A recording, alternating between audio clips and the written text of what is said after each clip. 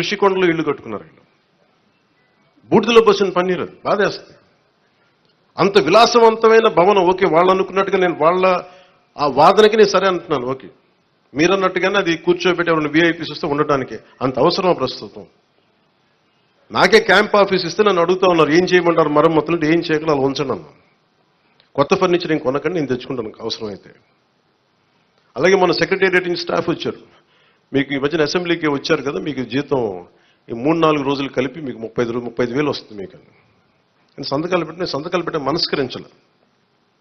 నేనేమనుకున్నాను, జీతం తీసుకొని పనిచేద్దాం అనుకుంటే యాక్చువల్గా లోపలికి వెళ్ళి పంచాయతీ నిధులను చూస్తూ ఉంటే డబ్బులు లేవు పంచాయతీ శాఖలు.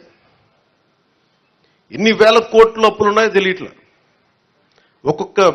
ఒక్కొక్క హెడ్ తవ్వే కొద్దీ, అంటే ఒక్కొక్క దానికి ఏ హెడ్ కింద ఎంత ఖర్చు అవసరం అని తవ్వే కొద్దీ అసలు అనంతంగా లోపలికి వెళ్తానే ఉంది. మాకు ఒకటే అనిపించింది, ఇవన్నీ కరెక్ట్ చేయాలి. ఇవన్నీ ఇంత అప్పుల్లో అటు మనకి పంచాయతీరాజ్ శాఖ ఉన్నప్పుడు నాలాంటూ డబ్బులు తీసుకోవటం చాలా తప్పు అనిపించింది. అందుకని వాళ్ళు చెప్పి నేను జీతాన్ని వదిలేస్తున్నాను.